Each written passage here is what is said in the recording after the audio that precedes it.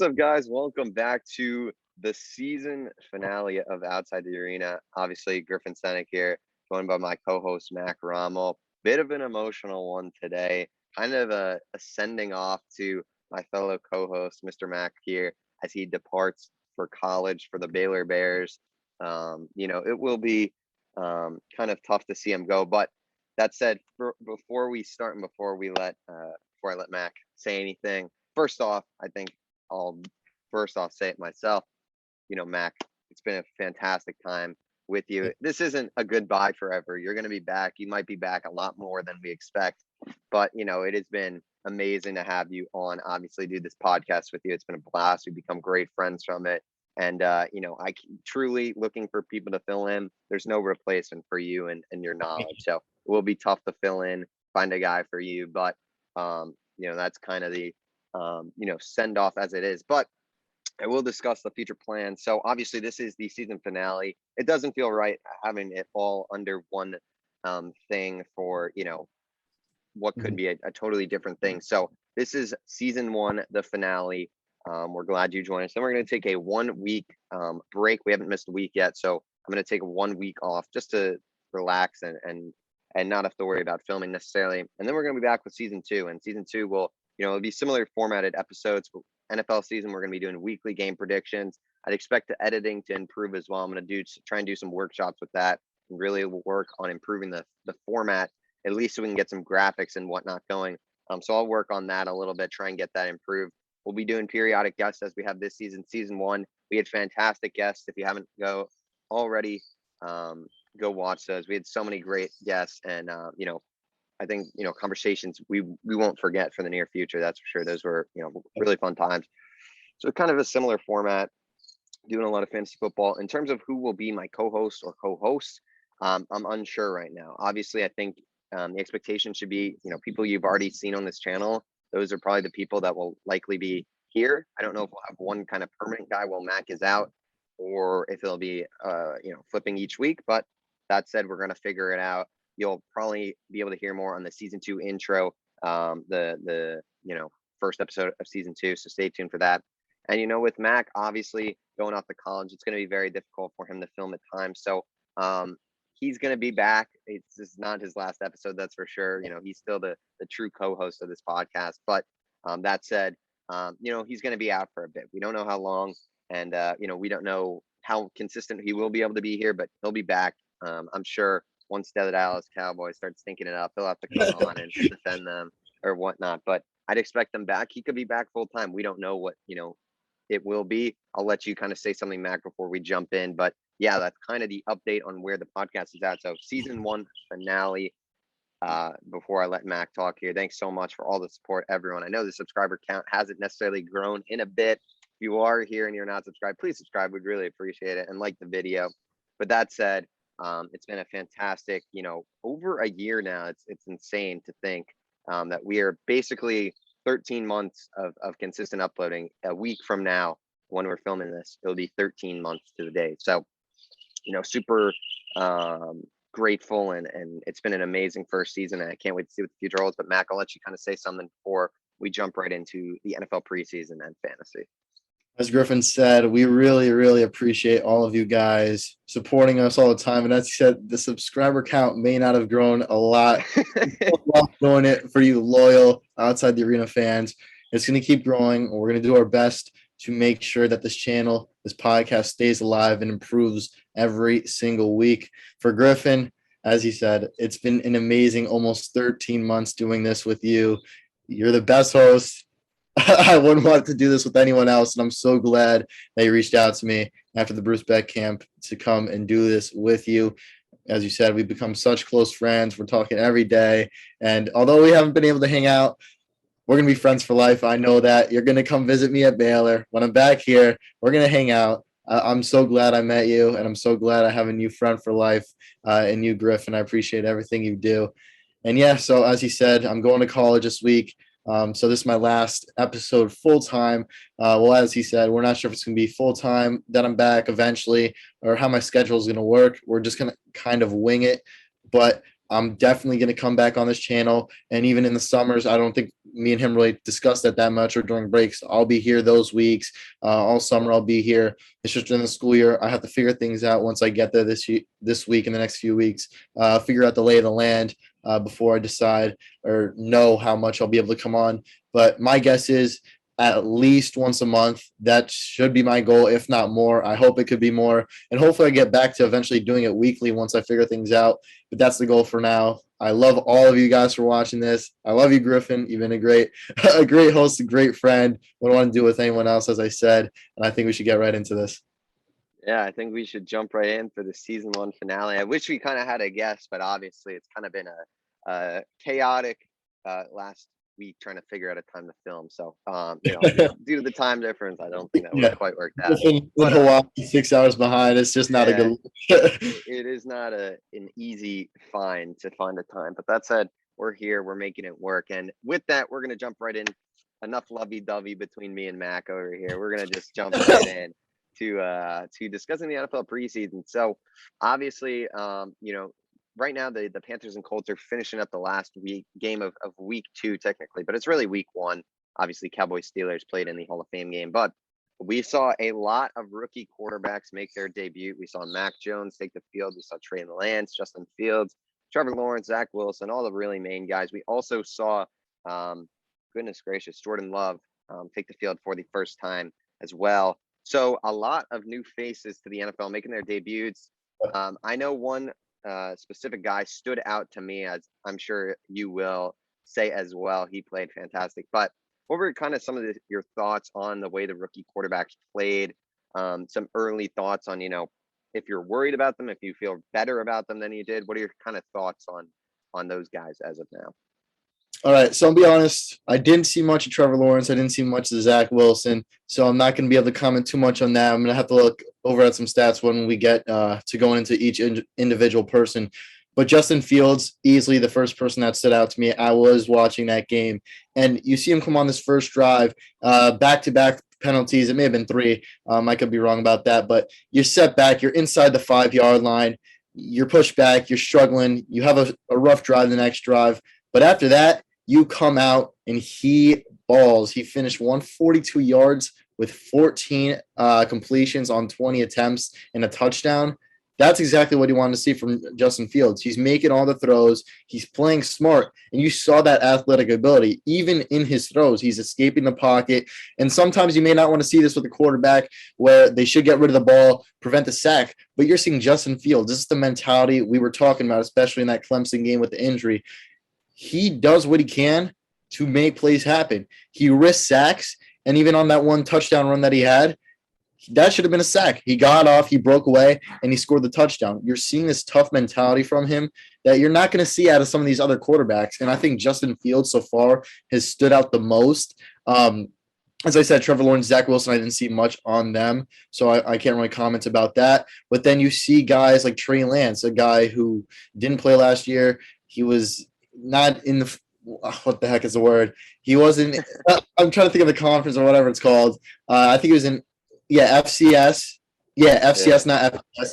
So he wasn't going against that top level competition. And you saw the way that he was performing when he was on the field. He had a huge touchdown pass, I believe it was 80 yards, something like that. And you're seeing him ball out. 128 yards. The only concern for him is he was 5 for 14. He didn't complete many of those passes, but you did see he's able to make these throws. He is fairly accurate, and he has that big arm we were all expecting to see from him. So Trey Lance and Justin Fields, those are the 2 standouts for me. And then you go to the Patriots, and you have Mack Jones. And I think he did what you wanted to see from him. He was 13 for 19, 87 yards.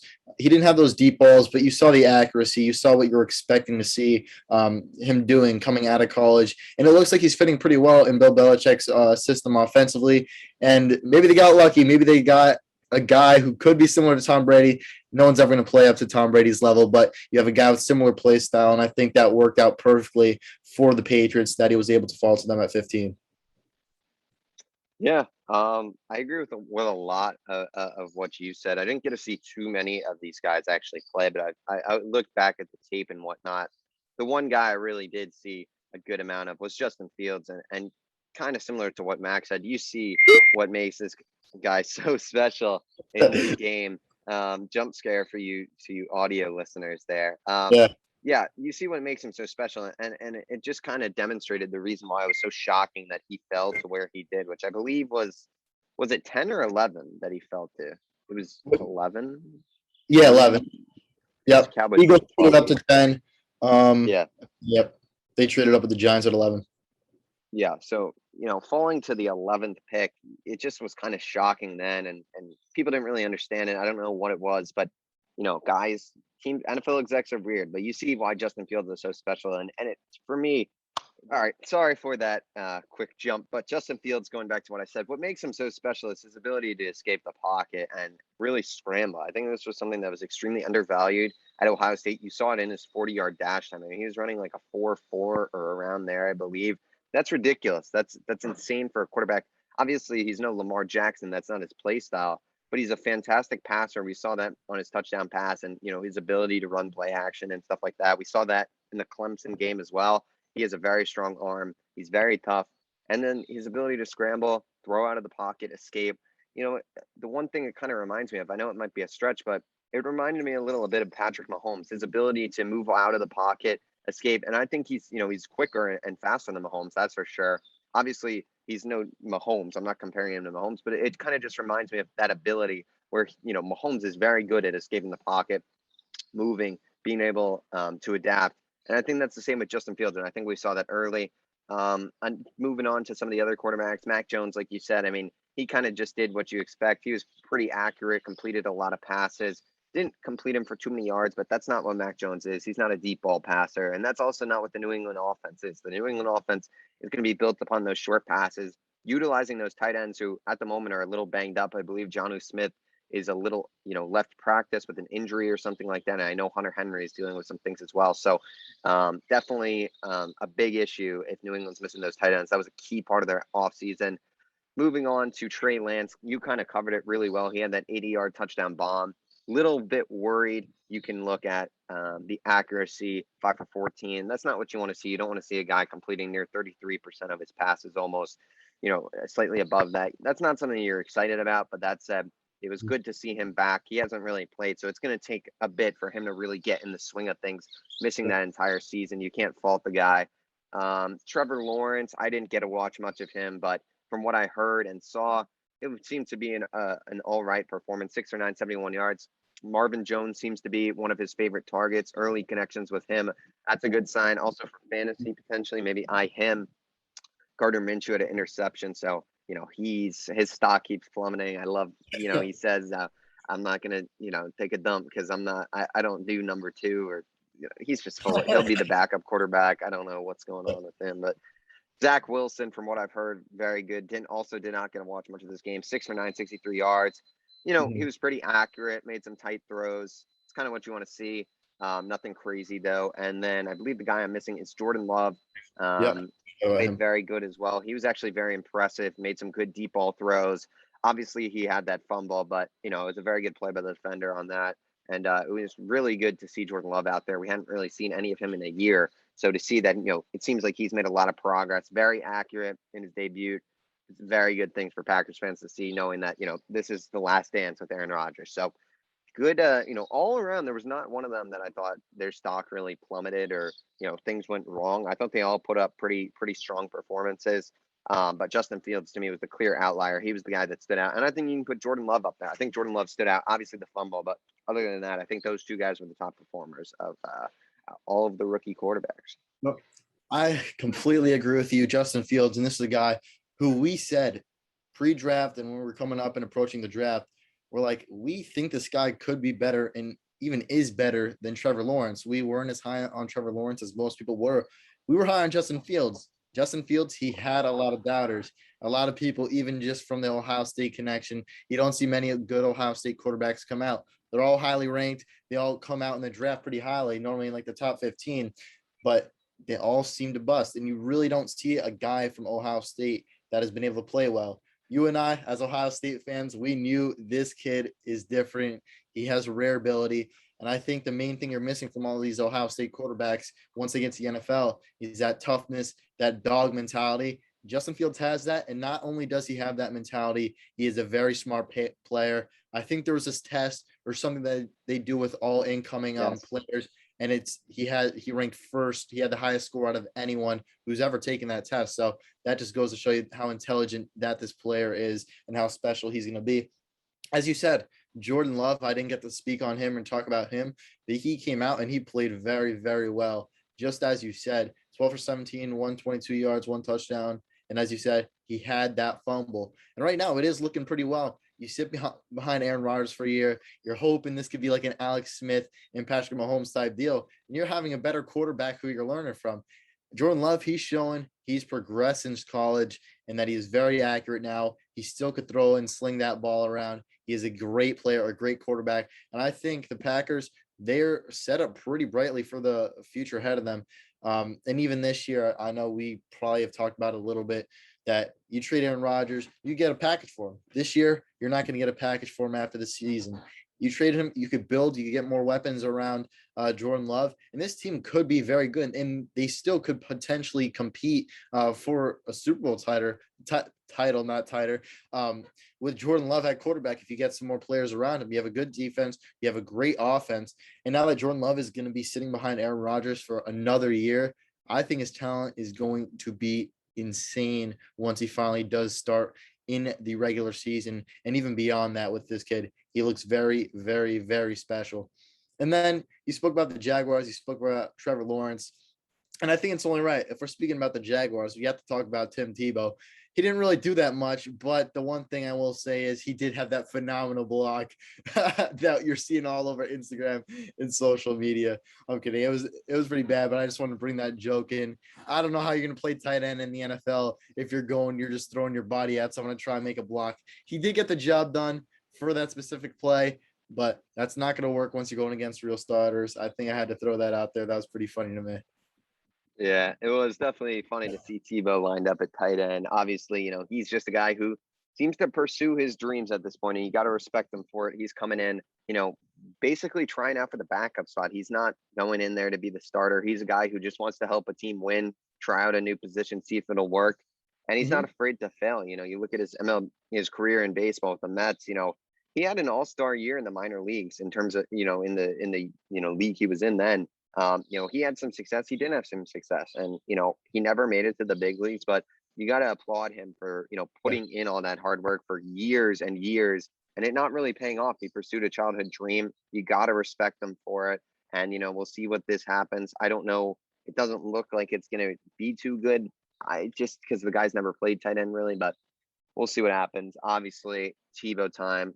You never know. So I think with that, we can move away from the rookie quarterbacks, move on to something that caught my eye that I saw in the Miami Dolphins game that I found very interesting, which was the situation regarding Myles Gaskin. Malcolm Brown was taking the snaps with the first team, essentially most of them. Obviously, he did not play too well. I believe he had 9 carries for 8 yards or so.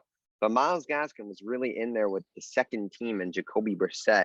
So early on, I mean, you've heard that, Gaskin should be the lead back, but obviously fantasy value and just in general for the Dolphins, Mac, what were your kind of thoughts when you did see that?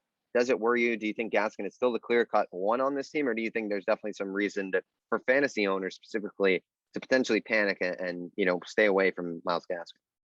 I mean, I'm not so worried, but if he's not that number one running back, let me tell you, I'm going to be pissed. I've done one draft so far, and I ended up taking him. He is my flex, and I don't need him being the number 2 running back on the Dolphins. But realistically, as you said, Malcolm Brown, he went in there. He played like a bomb, 9 carries for 8 yards.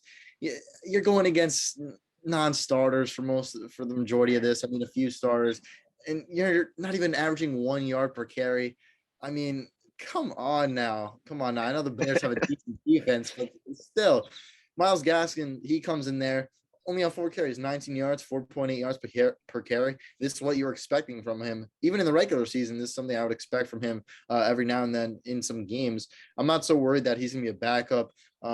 It's a bit weird that they did do this in the preseason. Maybe they're trying to see who would fit best, but I think just after that one performance, you could say Myles Gaskin is clearly the better running back out of the two. Malcolm Brown, he's a guy that's just an average, below average type of running back. It would make no sense to throw him in there when you have Myles Gaskin, a guy who's a rising running back. He's getting better and better every single year. He's being put in a better position this year. You get more talent on the outside, and he's just put in a much better place to succeed as a young running back who's trying to succeed. And for me, I'm not so worried about this. It is interesting that they did do that. And I think it's definitely going to be something to monitor throughout the next two preseason games for the Dolphins. But I don't know. It is very weird, but I think Myles Gaskin should still be the number one running back there. And I'd say still draft him in your fantasy leagues. Maybe wait another round later than you would normally draft him. But I don't have too many worries. We're just going to have to see how the preseason plays out for the next 2 weeks. Yeah, I think with Miles, it was I think it was eye-catching would be the kind of right phrase to describe it. It was interesting. It was weird. I don't know. You can look at it a lot of ways. I mean, you can look at it as, hey, Malcolm Brown has been the better guy in camp. We're going to let him get the reps with the ones. You could look at it as Myles Gaskin is pretty much the top dog. So we don't need to play him as much. We can rest him. And we want to see some of these other guys take the reps with the ones, see how they may fare. This could be a backup competition between him and Salvin Ahmad, who I personally believe is the better running back out of the two. I don't know, but to me, I don't think Myles Gaskin will be the number two. I mean, that makes no sense. You look at Malcolm Brown and success in the league and Myles Gaskin. Myles Gaskin had a very good season last year for the Miami Dolphins. He was banged up at times, but when he did play, I mean, he was fantastic. He's a pretty good threat out of the, in terms of receiver, being a receiving back. And he ran the ball pretty well. He was pretty efficient, averaged around 4 yards a carry. That's all you can ask for in a running back when you don't go out and draft the top guy, go out and sign an Aaron Jones, who I thought that would be a good fit for them. They obviously didn't go out and do it. So I think to them, I mean, maybe they'll go committee, which could be a little alarming, but I feel like Myles Gaskin played pretty well. In terms of fantasy, I mean, it's definitely a little worrying. I think if I was to draft this week, I'd probably stay away from him just because you don't know. Maybe this is going to become more of a committee backfield. But, I think if you're drafting closer to the actual season, you'll have a lot more clarity. You'll be able to see 2 more games, see what they run up then, and then see what depth chart they're kind of releasing and whatnot. So to me, I would maybe stay away from him this week, but keep a close eye. I think Gaskin should be the number one still, but it could be interesting. Maybe they're going committee. I don't really know. It's definitely interesting for sure. Yep, very interesting. And I don't think it would make much sense while you're trying to help Tua Tagovailoa, develop and progress as a quarterback. I don't think it would make sense to have an older, not as good running back and Malcolm Brown be there as their number one. Myles Gaskin, he's a young guy and he's improving, as you said. Good season last year, receiving back as well. He could do it all. He just got to get better at a few things. He's not elite in any category, but he's a good overall running back, and I think that's what's good for Tua Tagovailoa. And in order for him to develop, you're gonna have to have a guy who can go out in the backfield, run these short routes, run these little out routes, and be able to get you a few yards, be your check down running back for Tua Tagovailoa if he can't read or process an entire play quickly as he needs to. Myles Gaskin will be there, and he'll be a guy you could rely on these short passes to get you a few yards here and there, and I think that's going to really help Tua develop. Malcolm Brown, I don't think you put him in there. He's not as good of a receiving back, clearly, compared to Myles Gaskin. But yeah, Myles Gaskin should easily be the starter. It would shock me if he isn't. But yeah, we're gonna have to see the next 2 weeks develop. Yeah, it's kind of all there really is to say on that. I don't know if you have anything else from the preseason that you wanted to discuss real quick before we jump to the more fantasy part of the episode or what. But I have a little bit of a transition into fantasy. A guy who looked good in preseason. I mentioned it to you before. And this is a player on the Arizona Cardinals who played my Dallas Cowboys. And let me tell you, this kid, he looked great. They're using him in all type of ways. On the Cardinals, you have AJ Green. You obviously have DeAndre Hopkins. You have Christian Kirk. All guys who are going to be playing on the outside. But this kid, he's a young, small, quick, speedy star. He's going to be your slot receiver. He's going to be playing a lot on the inside, and his name is Rondale Moore. He's a rookie. I think he's going to get you a lot of fantasy points each week just from the different ways they could use him. They're using him on end arounds, reverses, trick plays. He was 2 for 16 rushing. You see him in the passing game, 3 for 23 yards. He's a great player. He was just getting involved quick and early. They kept him out there. And every single play, every time he touched the ball, he's quick. You're seeing him get around defenders. You're seeing them use him in creative ways that the defense has to keep on their toes and has to stay guessing.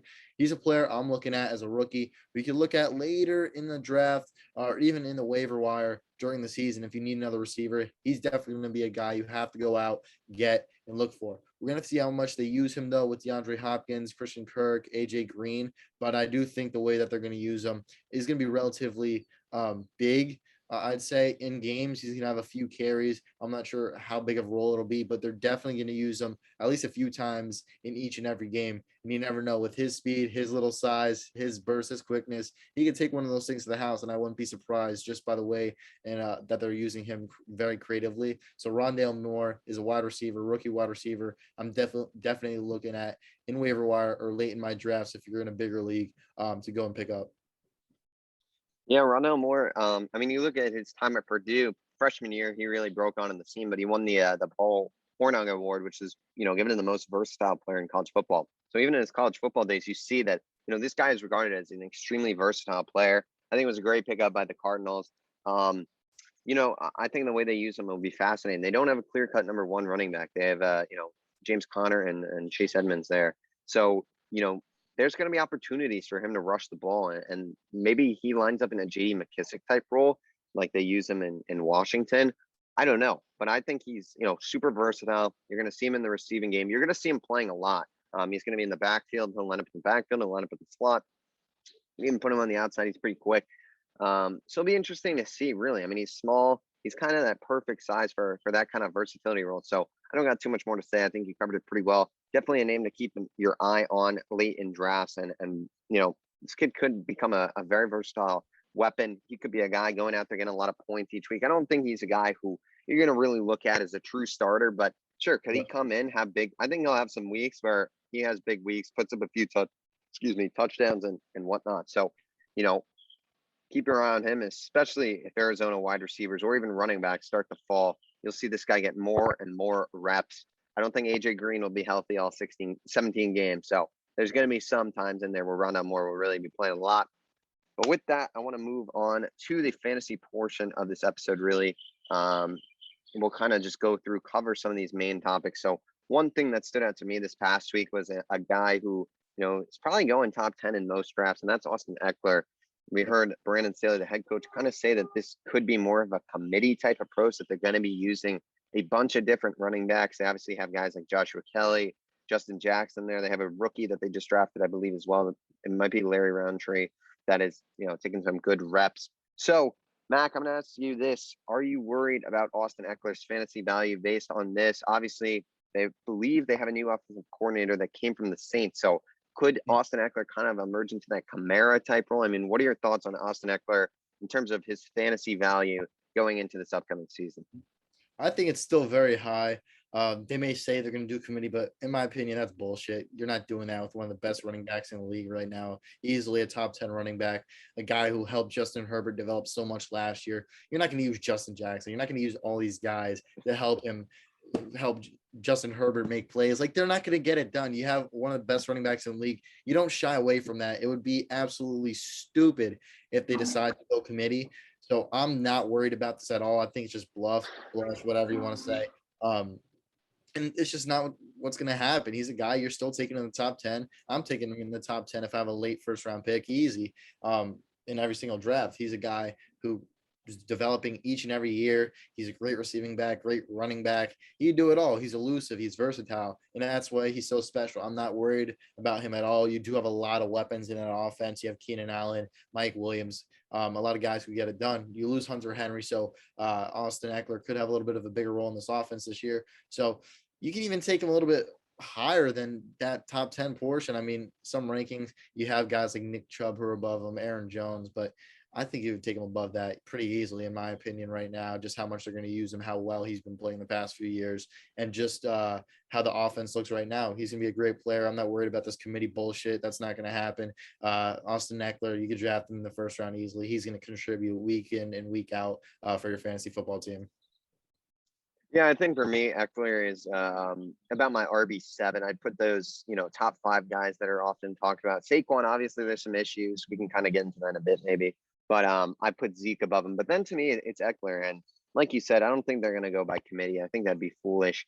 I think we're going to, if you look at right now who they're resting in the preseason, they're resting Justin Herbert, they're resting Keenan Allen, and they're resting Austin Eckler. Like you can just tell by that he's a clear, important part of this offense.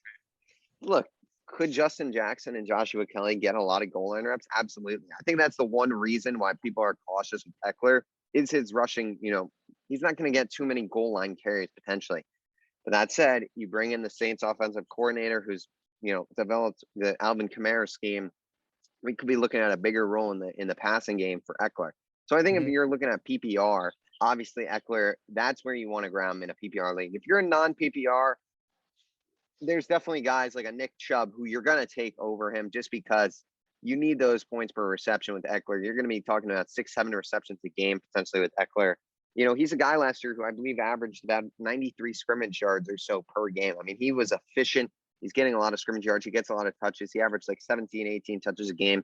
So he's getting the ball. Sure. Will he not get 20 rushing attempts a game? Absolutely. But does that mean, you should stay away from him? No, because the points per reception, super valuable. Touchdowns could be an issue, and that could be the reason he's not, a top 5 running back. Can't really achieve, take down some of those top guys. But if Austin Eckler scores a lot of touchdowns, he will easily be a top 5 running back this year, without a doubt. I mean, I think if he puts up 10 touchdowns, 10 total touchdowns, he will be a top 5 running back in fantasy football this year. He had, I believe, 3 the past year. Still put together a pretty solid year. So you see, he's not necessarily touchdown dependent. If he does start getting touchdowns, he's not going to be a McCaffrey, but, a tier lower than that kind of, really could be a perfect spot for him. He could be a guy who, I mean, we saw with Phillip Rivers when he was so involved in the passing game that year. Obviously, I don't think it'll be the same role. Phillip Rivers was the check down king, but, we saw how efficient he was and how he can be. So I'm still pretty high on Eckler. Not too worried about the committee. Yep. So you said Saquon Barkley. You mentioned him, and he obviously was battling that injury. I forgot what specifically it was. It may have been hamstring, something like that. But it was a lower body leg injury. And one of my friends, a Giants fan, he said you could visibly and visually see that one leg is smaller than the other one because of that injury. You could visibly see it. Really? I'm not Wow. certain how true that is, but one of my friends, a big Giants fan, he did say that he loves Saquon. He still thinks he's going to be a top 3 back, but I don't know about that. You're having a leg injury, and for having one leg that's a little bit bigger than the other, that's going to take some time to get used to, and also build that other leg up. You're going to have to do a lot of training to maintain that one leg and then build up muscle in the other leg. But Saquon Barkley, he's a guy. I still think he's a top, 8-ish running back. I don't know. I still put Christian McCaffrey, Dalvin Cook, Derrick Henry, Kamara. I put Zeke, probably Chubb, Jones, Taylor, all maybe over him because of that injury. You're not going to see him probably for the first week or so. You can see a timeline of 1 to 2, 3 weeks, something like that. And I think he could be back around week 3, depending on how this goes. And I think that would be the smart move for the Giants to do in real life, and also for fantasy football owners. You want to see him come back week 3, week 4, whenever it is. It may be a little late, but if he's fully healthy, he's going to come back to the Giants and he's going to rock and roll. You bring him out there a week or 2 early, he gets re-injured or he's not 100%. That could cost him his entire season. It could cost the Giants their entire season. And I'd rather risk our first 2-3 games to make sure Saquon Barkley is healthy than risk an entire season and potentially lose him because you want to bring him back to try and win a game or 2 at the beginning of the season. So Saquon Barkley, I think it's all going to be dependent on when does he come back, how healthy is he when he comes back, and really we know he's going to have that productivity in that offense. He's going to get a lot of touches, passing game, running game. So we know he's going to have a big workload. So Saquon Barkley, I think you're going to have to take him a little bit later, or a few picks behind some of these other guys. But he's going to be a great player, and you just have to pay attention to when is he coming back and how healthy is he when he returns. Yeah. I'm definitely a little worried about him. I mean, I put him as the, RB6 probably, if I had to say. But that's with him kind of coming back week 1 or so. I'm worried definitely about this injury. I believe it was a torn ACL was what it was. Okay. I just, from what I've heard and what they've kind of, made this be like, I just feel like the recovery has not gone as necessarily planned. I mean, you look at guys with torn ACLs in this league, like Odell Beckham Jr., he came off the PUP list almost instantly in training camp. And, his is really, there's been no talk of him not playing week one. I mean, I think it's ridiculous that, and worrisome that we're hearing Saquon could be out till week three. I mean, to me, that makes it seem like this recovery is just not gone as planned. He tore his ACL before Odell, like multiple weeks before too. So it is a little alarming. I think that, his recovery might have not gone as well as he planned. To hear that a leg is significantly smaller, that's worrisome. I think with him, I mean, we've heard that Joe Judge is already going to limit the touches right out the gate. I mean, I just feel like if there's limiting touches with Saquon, I mean, if we're talking like 15, 16 touches for those first 3 weeks and he comes back week three, I mean, if you're not getting a productive Saquon Barkley till week six, that with that value, and like if you're picking like top 5 in the draft, you should look elsewhere, I think, for a running back at those spots. I just think there's more, number one, obviously, and number two, I think it's almost McCaffrey and Dalvin will be the most guys. But I mean, if you're thinking of taking him over like a Kamara or a Derek, even a Ezekiel Elliott, I think you got to be worried. I mean, to me, I'm very worried about a re-injury and it not being 100% from what I've heard. I mean, it just doesn't seem like he is 100% yet, not even close to it at this moment. So I'm a little worried. I don't think you can take him anywhere over McCaffrey, Dalvin, Kamara, Derrick Henry.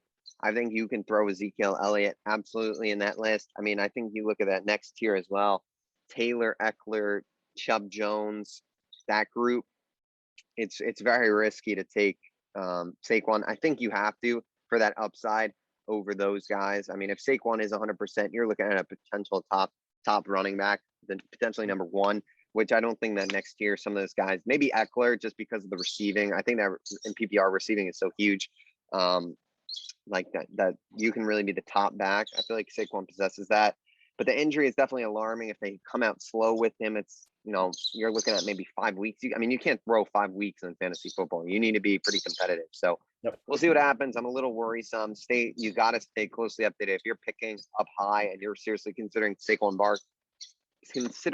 Saquon Barkley, you got to be paying attention to his news. You got to be watching press conferences. I mean, you got to be sure that this guy is going to be getting the amount of touches that he needs to be better than. I don't think you can take him over Kamara or Derek. I think that's ridiculous to me. Yep, I completely agree. No way you could take him over those top 5 guys at least. Even Eckler, as you said, I think Eckler has a lot of upside this year, and I think he's going to be great. We just talked about him, but Saquon Barkley, a guy, he's only had his rookie year where he really was a star. Ever since that rookie year, we've seen him injury prone. And even if he does come back fully healthy, who's to say that he's not going to get injured again at another point in the season? And I think that's very likely that even if it's not a significant injury, you could see him if like a hamstring issue or something where he's out 1 to 2 weeks or just a few weeks, and that could greatly affect your team. So I think you have to pay attention to some of these running backs who have potential to get injured. And Saquon Barkley is easily one of those, and probably the one who is most concerning. But that's the main issue with him, just the injury. And if he comes back, there's a good chance he's probably going to miss at least another 1 or 2 weeks at some point in the season because of another injury. Yeah, I think the Giants are going to be very careful with Saquon Barkley. Definitely just something to stay alert to. Another top running back that I am a little wary of myself, I'll be honest, is Jonathan Taylor. You got Marlon Mack there. You got Nyheim Hines there, who's more the receiving back out of the group. But Marlon Mack is coming back. And to me, you got to think he's going to take some touches at least away from Jonathan Taylor. Obviously, Taylor really burst onto the scene. He looks like a superstar in the making. So it is annoying and upsetting that, especially behind that O-line, that he might not be getting that amount of touches, that if he did, he could be one of those top guys in fantasy. So, Mac, I'll ask you this. What are your thoughts on Jonathan Taylor? Obviously, there are going to be other guys getting reps in that committee, but do you think you can still value him as a first-round running back? Who are you taking him over, and what guys are you going to take over Jonathan Taylor just because of that fear of that committee? Yep. And so I guess quickly to say this, beginning of the season, you did kind of see a committee type thing where you have week 1, he's getting 9 carries, but you're seeing some games where he's going upwards. He's having 26. And then for a lot of the middle of the season, you're seeing like 12 carries, and even some games you go down to 6, 7 carries. So there was a little bit of a committee type system there in the beginning of the season before he started to take off. And you were seeing mid-range points from him. You're seeing high single-digit points from him. But when he does take control and he does get a lot of touches, you're seeing big points. In his second game, when he had 26 carries, he had 17 points. But really, at the end of the season, I think that's where you really saw him prove himself. You didn't have a great quarterback. You knew that he was going to be the focus of this offense if you're trying to make the playoffs and push for the playoffs. And you saw those last 5 or so games. I believe it was 5 games. Week 13, he had 13 carries. He got 19.5 points. And you keep going down where he had 2 games where he was over 150 yards. And that last game of the season where he was over 250 yards, almost scoring 40 fantasy points.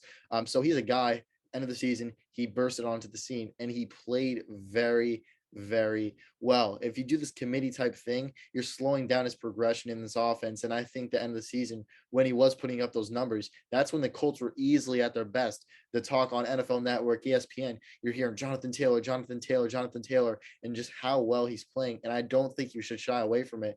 As you said, you have Nyheim Hines, Marlon Mack, guys in this offense who have started a few games at some points and they've played well. So a committee could work for this team. Opposed to the Chargers, where Austin Eckler is clearly the best back. Those other two really haven't started many games before. But in this offense, Jonathan Taylor, he's easily the best back, but those other 2 guys, they've started games and they've played well. So a committee could work in this offense. But I do think you should focus on Jonathan Taylor and him in this offense. That's when you saw a lot of success last season. And I do think Marlon Mack, that committee type thing, is probably because they went out and got Carson Wentz. When he's back, if he's healthy, you're going to have a guy who he could rely on, short yardage, check things down. And that's something you could see out of Marlon Mack and Nyheim Hines.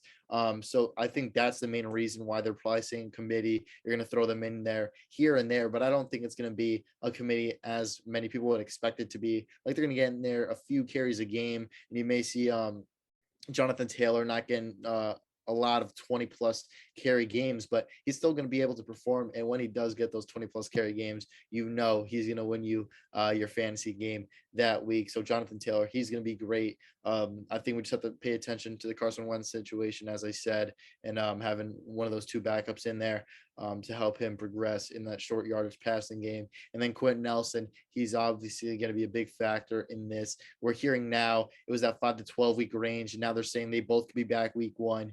It's very, very, very confusing. Are they going to be 100% when they're back?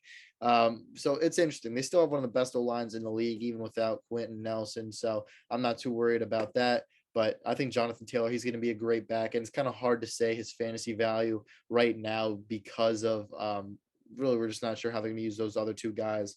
But I do know they are going to use them. And I do believe in the committee thing for this offense. And now for where I would take him, I still think there are a lot of guys who are going to be taken above him and should be taken above him. Obviously, Christian McCaffrey, Dalvin Cook, Derrick Henry, Alvin Kamara, Zeke Elliott, Austin Eckler. Then you kind of have Aaron Jones, Nick Chubb, and Jonathan Taylor. I think they're all in that kind of similar range, but where I would rank them with those guys, I'd probably put Aaron Jones above him. I think I'd have Jonathan Taylor below, and then Nick Chubb below that. So what is that? 5th, 6th, 7th. I think that's the 8th running back right now. And then Saquon Barkley, I think he falls just behind there, just because of the fact of his injuries, how he's going to play, and all that stuff we just talked about. Yeah, I mean, I won't go into the Colts actual team impact because I think you covered that really well. I mean, I think we saw what Jonathan Taylor can do. He is the clear-cut number 1 best running back in that committee. But that is kind of been a part of their strength, the Colts at times, which is kind of where I differ with you. Obviously, they did have success when Taylor was in there, but I also think that committee does give them a strength. I mean, you look at Nyheim Hines, he's elusive, he's quick, he's pretty good out of the, as a receiving back. Should Nyheim Hines get many carries? Absolutely not. And I think with Marlon Mack back, we're really going to see Nyheim Hines restricted to a receiving role in this committee. I mean, I just don't think Nyheim Hines should be getting many of these rushes. I think Marlon Mack, we might see a slow start for him just because he's coming off that Achilles tear. That's a bad injury. But he was that RB1 at times for the Colts. He's been very good when he's been healthy. So I think he's going to have a decent role, which is very unfortunate for Jonathan Taylor. I think Taylor was so great, and I still do believe he is an RB1, RB2. He's going to get a lot of work. He's going to be the number one. He's going to get touchdowns. But to me, if I had to rank him in terms of fantasy, I mean, I think where he falls is late first, early second. That's probably where he's going to go in most drafts. But I agree with you. Obviously, I mean, it doesn't even have to go name McCaffrey, Dalvin, Zeke, Kamara, Derek. Personally, I put Saquon above him. Eckler, Aaron Jones, I do have above him. But then you get into that tier. I think Jonathan Taylor's better than Nick Chubb because you look at Nick Chubb, there's, he's with Kareem Hunt there, and that's, a bigger chunk of the touches being taken in my eyes than the touches from Taylor. I think that, it's a tough call, but, Jonathan Taylor will at least have some receiving work. Nick Chubb really rarely gets receptions, which is a problem. So I put him up there. I mean, there's other guys too. You can look at like a Naji Harris. I think Naji Harris is going to get a lot of work this year. I think that's an interesting thing to look at. Antonio Gibson, I'm personally not as high on. Joe Mixon, I mean, there's always seems to be some upside, but you never know. I mean, that's kind of your group. So for me, I'm kind of putting him in a similar spot to you. I think like RB9 or so, late end RB1, back end RB1 is kind of where I have him at. I'd pick Aaron Jones just because Aaron Jones is, I like Aaron. Aaron Jones always seems to have one of those big games and then finish in like the top 5 RBs, even though like the rest of his weeks are like 15 or so. But Aaron Jones is pretty solid. I'm a little worried. I won't lie about the committee with the Colts, but still take him over a guy like Nick Chubb and Jonathan Taylor. I mean, if one of those guys like Marlon Mack goes down, you're going to see Jonathan Taylor become a top 5 running back potentially just because of that amount of work. I mean, all it will take is one of those backups to go down, and Jonathan Taylor will instantly become one of those top RBs. So there's upside to that. You got to look at upside when drafting as well. That's why I kind of like a Naji Harris as well. Naji Harris could get a lot of work this year rather than like if you know what you're getting out of Nick Chubb. He's a reliable guy in the second round who's going to get you a certain amount of points each week, but you know what you're getting. Najee Harris, guys like that, Jonathan Taylor, real big upside, I think, there. Yep, I completely agree. And Naji Harris, as we saw in that first preseason game against the Cowboys, he played well. We spoke about it last episode. He's running hard. He's falling forward for yards. He has that strength and he has that agility, and he's really a guy that's going to be a do-it-all back in that offense. Yesterday, was it yesterday or 2 days ago, whatever it was, you saw he only got in there. He only got 2 carries, 10 yards, but still you're seeing great production out of him from those limited snaps that you're seeing. So Najee Harris is going to be a great back. The really only worry I have for him is he's going to get those touches, but you don't have that great offensive line. You lost a lot of those pieces, and we're going to have to see how that plays. I know he's going to need a lot of carries, as I said, but he's really going to have to rely on falling forward for a lot of the carries. If he wants to get some of the yards, I know he's going to be looked at a lot in the passing game. We saw what he was doing at Alabama. He's really doing it all. So I'm not really worried about the passing game. It's just going to be, how does the offensive line hold up? How do they perform? And how does he work in conjunction with that offensive line? Yeah, I agree with that. I think, the reason I like him is I think he's a guy, there's no other RB in that group that's going to get work like he will. I mean, he's going to get all the touches. There's not going to be a committee. There's not going to be a share. He'll get the goal line touches. Like, he's a guy to me where I'm looking at him and I'm thinking, this is a guy who's probably going to score 10 plus touchdowns this season. And that's what you got to look for sometimes in fantasy. Non-PPR, he might. I think he'll have a decent role in the receiving game, but I think this guy is going to be in like 20 rush attempts a game or something like that. I mean, I really do believe that the Steelers will use him a lot. But obviously they do have that the passing scheme to them is a key part as well. So you got to realize Big Ben's going to be throwing that ball a lot. There's going to be times where Najee Harris is definitely going to have some games where he might be putting up like 4 or 5 fantasy points just because if he doesn't have it that day, they're going to move away from him and not necessarily utilize him. So I agree. There's some upside there with the amount of volume he might get and that red zone presence and the lack of, another RB there. But at the same time, the Steelers have a great passing offense. There's a bad O-line. Pros and cons with Najee Harris is really, you gotta just be, if you're picking him, there's definitely some upside. So, you're picking him with the upside. If that's what you got to do at the end of the day. Kind of my thought. Yep. A lot of great running backs. With that, I don't know what position you want to move to next or what else you want to talk about. So, yeah. I know my laptop's dying. I got 25%, so I should be good for a bit. But, I want to talk about wide receiver.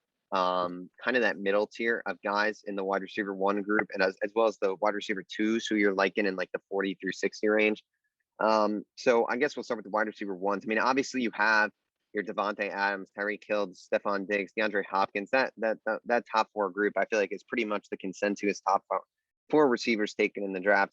But then you get into the next tier of guys, which is the Calvin Ridley, DK Metcalf, Justin Jefferson, Keenan Allen, AJ Brown, that range, Allen Robinson.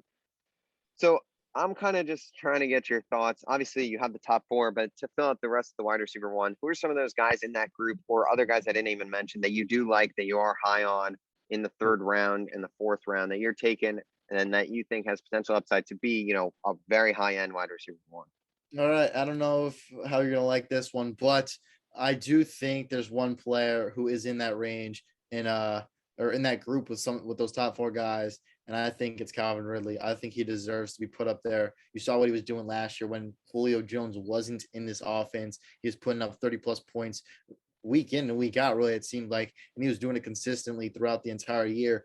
So Calvin Ridley, I do think he's up there in that group of the guys. I think he's probably the last one out of those 4 guys. Oh, now the 5 guys, now that he's included in that. But I do think there's that talent, and then there's a little bit of a drop off after those 5 guys. And then, as you said, you have players like DK Metcalf, AJ Brown, Justin Jefferson, Terry McLaurin, Allen Robinson, Keenan Allen. And I think Keenan Allen, he is a guy who has potential to be the upper tier or one of the top players out of this tier.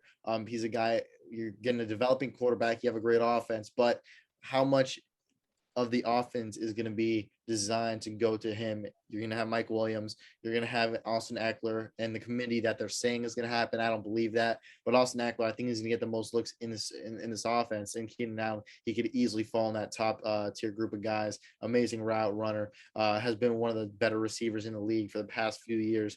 And then I look at a guy at Justin Jefferson, a guy who last year played out of his mind, easily the best rookie in this class so far from what we've seen. I think he's right behind him. You could put a guy, I think DK Metcalf, AJ Brown are kind of interchangeable. I believe AJ Brown is a better player, but fantasy wise, now that you have Julio Jones, you have Derrick Henry, of course, who's going to be getting a huge workload in this offense.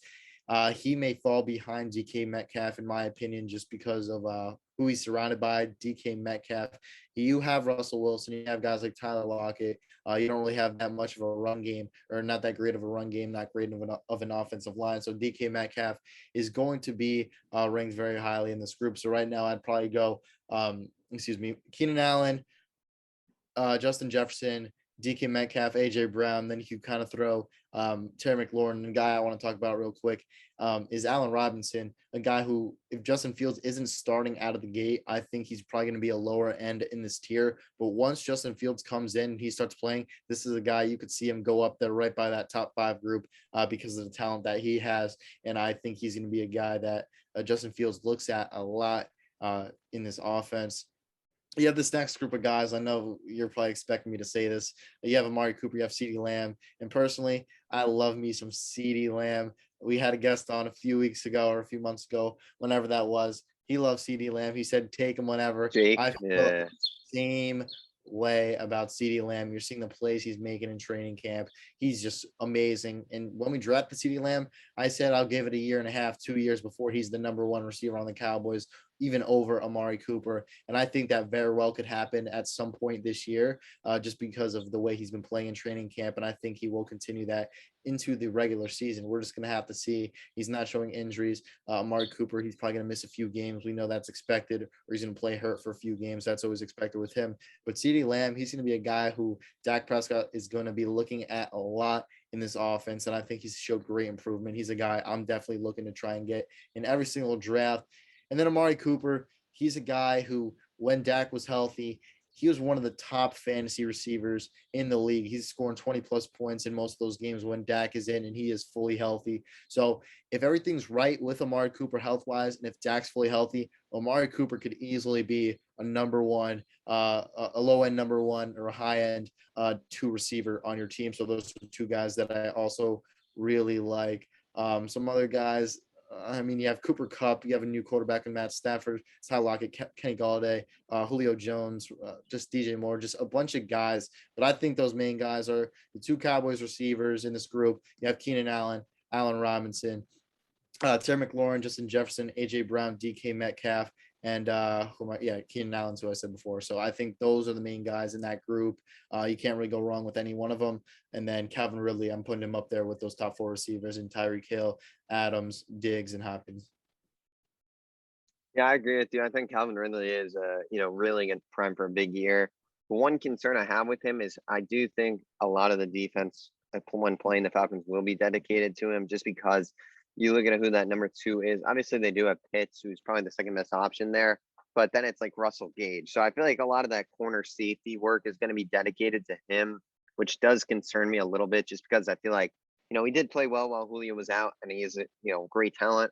But when he does have a lot of, he might be getting double teamed and whatnot, could hurt him. But I still nonetheless believe he will have a huge year, has that upside to be the top receiver in fantasy, I think, with how heavy pass offense we've seen the Falcons be in recent years.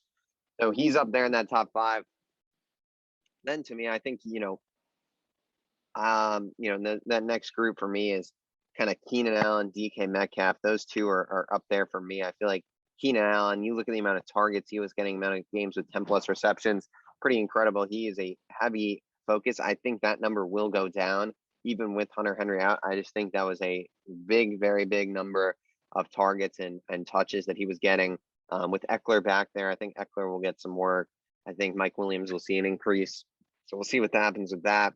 DK Metcalf, I like. I mean, I think he's only improving. Russell Wilson, they didn't go out and add many weapons, if any. So, kind of expect a similar role. I think Lockett is only going to decline at this point in his career. He's not going to get better. So for me, DK Metcalf will only be getting better, be able to handle matchups like Jalen Ramsey better, going to be able to develop the tools and strength needed to, really be a star. I think he has a potential breakout as well, just because of the talent and, his build as well. I mean, he is a very fast, quick guy, and he's huge. He's a big guy. So I like DK Metcalf.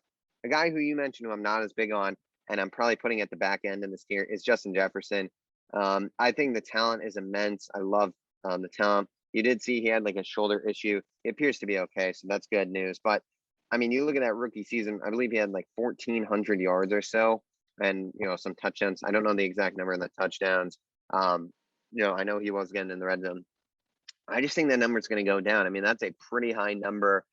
1,400 yards is not easy to duplicate. You do have Adam Thielen there. You do have Dalvin Cook there. Irv Smith, a lot of people are pretty high on him, think he's going to have an increase in role.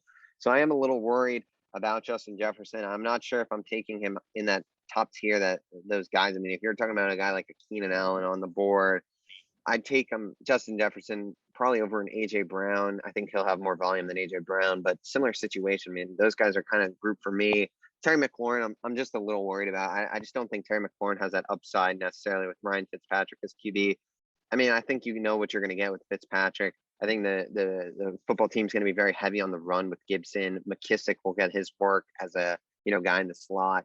So I'm a little worried. They have Curtis Samuel too. I mean, I think that's going to be their scheme. So I'm not huge on McLaurin. Allen Robinson, like you said, I mean, with Andy Dalton in there, you can kind of expect what you saw with Amari Cooper with Andy Dalton, just kind of an average receiver, nothing special. You're not going to take him too early. So try to group the tiers. I mean, I agree with you. Calvin's up there. I think Keenan and DK to me are pretty interchangeable for 6 and 7. And then, it's tough to say. I mean, I guess you can put kind of Justin Jefferson there. AJ Brown. I mean, I might view AJ Brown better. I don't even know. It's tough. Allen Robinson's right there. And then moving on to that next group of guys, I think there's a lot of guys with upside. I agree with you. CeeDee Lamb, there's immense upside. I mean, I think you'd even put him up there with the Allen Robinson, AJ Brown. I mean, I think he could be better than those guys. I know he's not a big name per se. A lot of people like big names, but the teams that often do the best are the guys who go out and get the little guys, the guys that, have the upside, but are not as known. And CeeDee Lamb to me just screams like one of those names. Amari Cooper should be good. I feel like with Amari Cooper, it's kind of just established what you're going to get. You're going to get a guy who's going to average, he'll have his games where he has like 30 points, but he'll have those games where he has like 5, 6, 7 points. Doesn't really get too involved, but he'll be a guy who finishes, double digit points, maybe 14, 15 a game. You don't know, somewhere in there. That's kind of the Amari Cooper range. So I like him as the top tier. Robert Woods, Cooper Kupp. I mean, one of those guys will probably be better than the other. To be honest, I don't know which one. I like Cooper Kupp this year personally. I just think Cooper Kupp's better. Robert Woods kind of getting up there in the age. We'll see who Matt Stafford likes. I mean, we don't really know. In past years, Jared Goff to me has kind of tended to like Robert Woods better, but Matt Stafford, I've heard good things about Cooper Kupp. I like Cooper Kupp out of those two. Mike Evans, I'm just staying away from him and Godwin if I can. I mean, if you get Godwin at a good spot in the 5th round, take him. But Mike Evans, stay away from him in the 4th round. It's just too many mouths to feed with Antonio Brown there. They have a good tight end room, a lot of running backs. It's just too many too many mouths to feed for me to go pick him in the 4th round. So I'm staying away from him. Looking at other guys here, I mean, Deontay Johnson, a lot of people are high on him. To me, probably the best Steelers receiver to get. He'll get the most receptions there. So not bad pick there. Tyler Lockett, kind of like I said, he's not bad at that spot. If you can get him as your wide receiver 2 flex play, take him and you know what you're going to get. He's not going to be a top guy.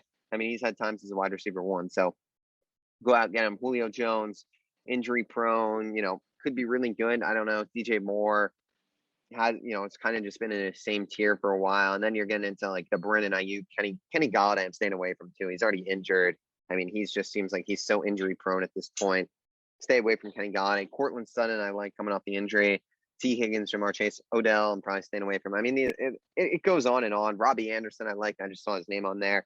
So that's kind of my thoughts on some of those guys. I mean, you're kind of similar. It's kind of just personal preference with that tier. It's actually a pretty deep spot in that 5th, 6th round in terms of guys. You're going to be able to go out and get guys who will be wide receiver 2 flex plays. Some of them don't have too much upside. So if you are looking for wide receiver 1 in that group, I mean, I don't even know who I'd say would have the most upside in that group. You could look at Julio for the talent. Tyler Lockett's done it in the past. Deontay Johnson maybe for the volume. I don't know. Kind of interchangeable in that group. Yep, a lot of guys, a lot of mouths to feed. So wide receivers pretty stacked. We both gave our opinions on that, and I guess one of the last things we cover is I kind of want to talk about the tight ends. You spoke about Calvin Ridley, Yeah. So I kind of felt like we should talk about some Kyle Pitts in this offense. So we know that the Falcons. In the past few years, you've had Calvin Ridley, you have Julio Jones, 2 guys very good in that offense, and have led the Falcons to have one of the better passing offenses in the league over the past few years. You get rid of Julio Jones, and now you have Kyle Pitts on this team. You picked him 8th overall. You saw him make some great plays in training camp. 4th overall, excuse me. He's wearing number 8. That's what I was thinking. But he's going to be a guy. Yep. You look at the offense, it's clearly him and Calvin Ridley running this offense. You have Matt Ryan. He knows Calvin Ridley. He knows what he likes. Kyle Pitts, I think he's going to take some time to develop into that guy that Matt Ryan could trust. But I do think he's a guy that has potential to be tight end 2 even this season because of how he was last year. I think they're just guys you're going to have to compete with. Darren Waller, George Kittle. I honestly think Mark Andrews, Kyle Pitts, DJ Hawkinson, they're all kind of in that same range. And right now, I think Kyle Pitts is only in that range because he's a rookie. We haven't seen him do it yet. And I think once the season starts, we're going to see him start balling out. Even if it's a few weeks into the season, I don't think there's any way you're passing Travis Kelce at all. I don't think you're getting near the amount of points he's going to get. He's clearly going to have more points than his second closest tight end. But Darren Waller, a guy who's heavily relied on the pass game. George Kittle, he's coming off of an injury. You have a lot of guys there who do a lot of different things. How's Trey Lance going to like him? We know Trey Lance is a guy with a big arm. So he's going to be looking at those guys who go deep, and I don't think George Kittle is one of those guys. He's a short to mid route type of guy, and he's a great blocker. So I think you're going to use him more in that role. So I do think Kyle Pitts could pretty easily become a tight end who's better than George Kittle. Mark Andrews, you just got Rashad Bateman. Your primary focus is Rashad Bateman's like out already. He's like done. He'll be back in a few weeks. I think it's late September. Early October is the range right now, but once that time comes around, you're gonna have a new guy you're looking at in the offense. You're still primarily a run first offense. I don't know how Mark Andrews is gonna do or what his volume is gonna be this season. TJ Hawkinson, I think that's actually a great fit in Detroit right now. Now that you have Jared Goff, I think he's a guy that has utilized tight ends pretty well over his career there in LA.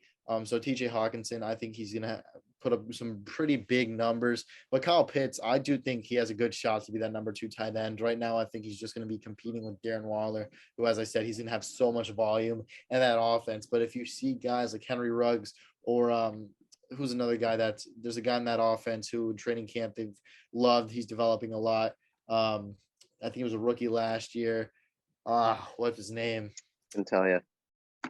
Couldn't tell you.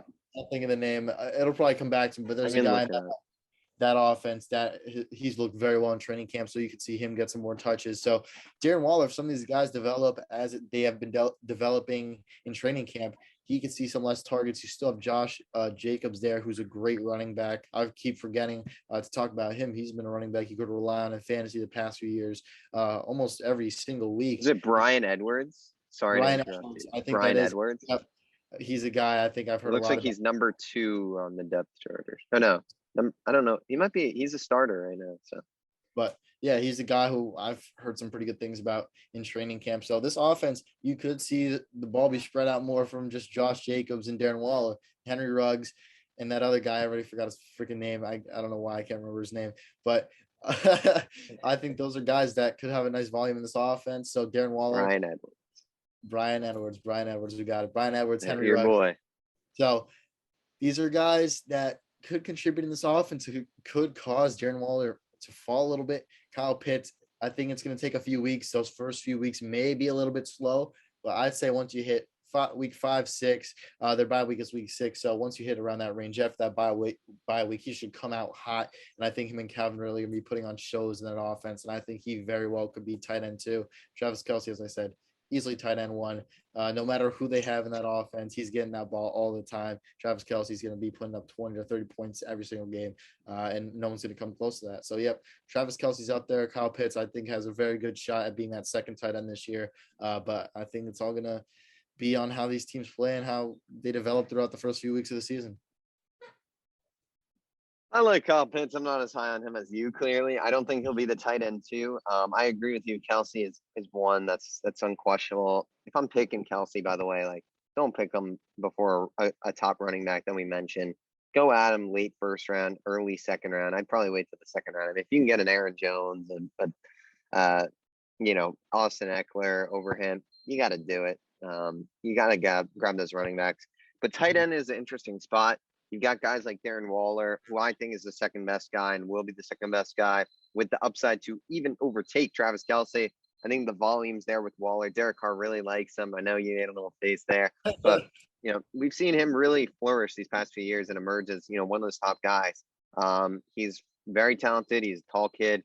Can play very well. He's pretty much the best top receiving threat in that offense. They obviously do like to run the ball with Josh Jacobs, Kenyon Drake there, but to me, Waller has that upside of being the top guy. I think he's the only one that could pass Kelce. Kittle is good. I wouldn't pick him before Waller, but yeah, you pick him as the third guy off the board. But I think with him, I think he kind of had his peak year of his career at this point. Not saying physically per se, but just statistically, I think he's probably peaked out.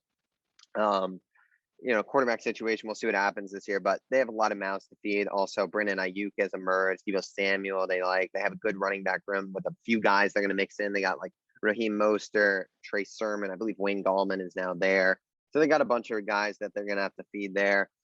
Then that next year, that Andrews, Hawkinson, Pitts tier, Andrews is my least favorite. I'd say I'm personally not drafting him. I just don't like him. I think he's very inconsistent. Yeah, he'll have good weeks, but to me, there's more weapons in that Baltimore offense now. There's more guys that Lamar can look to. So I think that could help Andrews, but at the same time, I'm just not loving Andrews. I don't think, he's always kind of been inconsistent, and I don't love that necessarily. Tight end is a pretty inconsistent spot, but to put, to really pick him that high, I'd stay away. Hawkinson is a guy I really like for the upside. I think TJ Hawkinson has some big upside just because, outside of like Amon St. Brown, who is another guy you could look at, he's had a good preseason.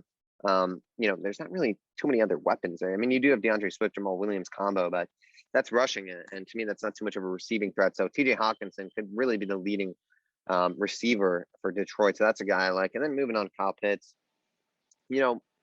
I think it's forgotten that they still have Hayden Hearst a lot of the time. Hayden Hearst is a solid tight end. This is a guy who did well last year, was a guy who, you could put in there for fantasy and know that, he might get some points. He's a good red zone threat. Obviously, They pick Kyle Pitts 4. He's going to be a huge part of this offense. But I just think, the thought to say that he's going to be tight end 2, I just don't think so. I mean, he would have to, as you've kind of heard, the main guys that, some call them the sheeps, call them, he would have to shatter rookie tight end records to be that good and to really be worth where he's being picked. Don't go out and pick him in the 4th round. That's not smart. Obviously, there's a lot of upside. Once you're in the 5th round, I can get it, but get your running backs out of the way before you deal with Kyle Pitts. If you're going to go a tight end early, go a Kelsey, go a Waller, go a Kittle, but don't go for a Pitts that early in like the 3rd round. Like, no one's going to take him that early. Don't take him. Don't be that guy. Obviously, like Mr. Rommel said, there is some upside with Pitts. You can look and, really hope that he does well. But I don't know. Personally, I just don't see him being the tight end 2. I think he's a very good player, someone I'm personally high on. And then I, think could be tight end 4 or 5 as the year ends, maybe even 3. I think his peak is tight end 3. So I guess that's not too far off from tight end 2. But I just wouldn't go reaching on him necessarily so huge just because Hurst is there. Ridley's going to be the main guy. There are a lot of targets to get, though, as my laptop continues to get low. So this might have to be our last thing. And then in that next tier, you got the Tanyans, you got the Gasickies, you got the Irv Smiths, you got the Goddards. That's all personal preference. I'm not going to tell you who I necessarily love. I mean, I like Gesicki there. I think Tanyan, people say you won't have the year he had last year. I think there's reason to believe he could have a good year. He'll still get red zone targets. He'll still get receptions. Rodgers likes him. So I think Tanyan's good. Goddard, I'm staying away from. It seems like Ertz is still there. That's going to be pesky. Irv Smith, guy who has some upside. Why not? You could go take him late. It's kind of my thoughts on that. I don't know if you have anything else you want to quickly talk about. That's not too long, or if you just want to wrap it up. But that's my thoughts on the tight end situation. All right. I think that pretty much does it. We covered a lot today. A lot of fantasy football. I know. It was a long episode. This was a long episode. Hey, it's what we had to do for a season. It's the finale. Of course. The last time you're going to see me and Griffin on here every single week for now. It's the last time. For now. Sucks. We're going to be back, but that little break is going to be rough. It really is. And I'm sure once I figure out my schedule, we're going to have to figure out if I'm just going to surprise you guys and come on an episode, or if we're going to have Griffin and episode before that'll be there for the next week. Yeah. But we're going to have to see. We may have some fun and may surprise you guys. That may be how we get it to work. But I'm going to be on, as I said, at least once a month is my goal. And hopefully as I get more adjusted to college life and that kind of thing and see what my life is like and my schedule is like, then hopefully I could be on here every single week. Once again, as I said, I'll be here during breaks. So we have like that week Thanksgiving break. We have a month off for Christmas. We have a few months off for. We'll be here, guys. Don't worry. Daddy Rommel will be in the. Daddy Rommel will be here with Daddy. We'll be here.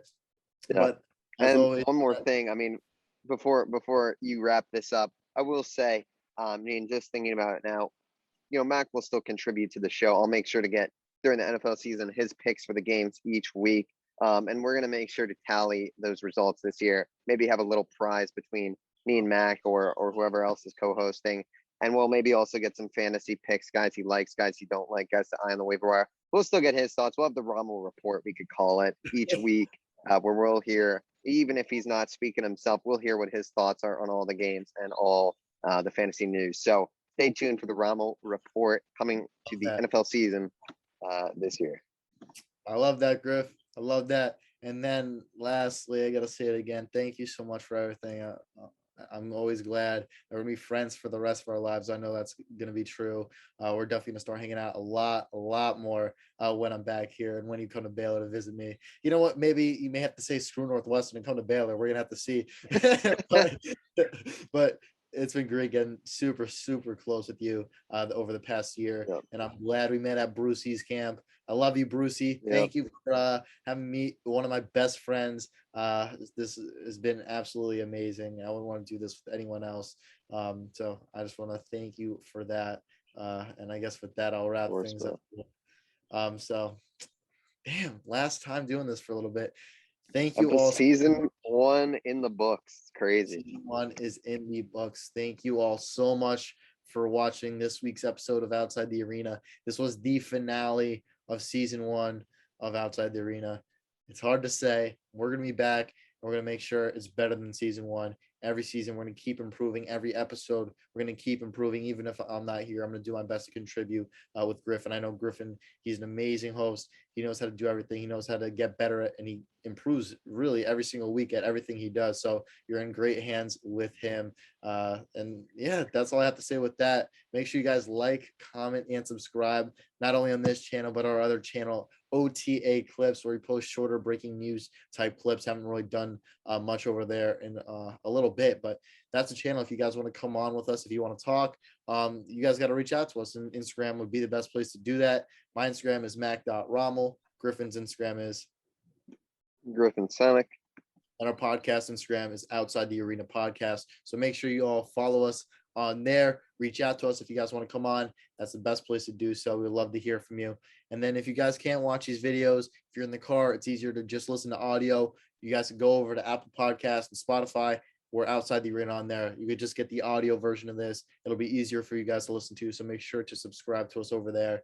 As always, thank you so much for watching this week's episode of Outside the Arena. Make sure to stay safe, and I'll see you all soon.